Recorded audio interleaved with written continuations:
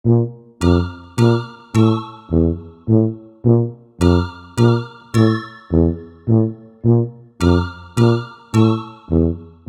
सकाळी बुलढाण्यातील बालाजीनगर आणि म्हाडा कॉलनीच्या रहिवाशांना एक गमतीशीर पण थरारक दृश्य बघायला मिळालं.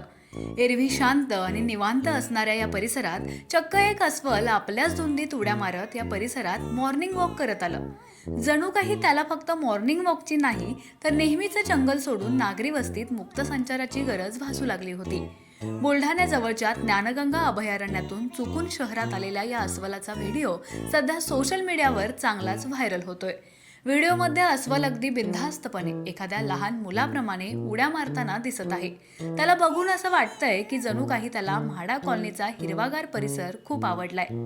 काही दिवसांपूर्वी याच भागात 4 बिबट्यांनी दर्शन दिलं होतं आणि आता हे उत्साही अस्वल. वनविभागाचे कर्मचारी या खुश झालेल्या पाहुण्याला त्याच्या घरी परत पाठवण्याच्या प्रयत्नात आहेत. मात्र नागरिकांमध्ये या अस्वलाच्या आनंदी भेटीची चर्चा रंगली आहे. आता बघूया यानंतर कोणता वन्यजीव बुलढाण्यात मॉर्निंग वॉकसाठी येतोय.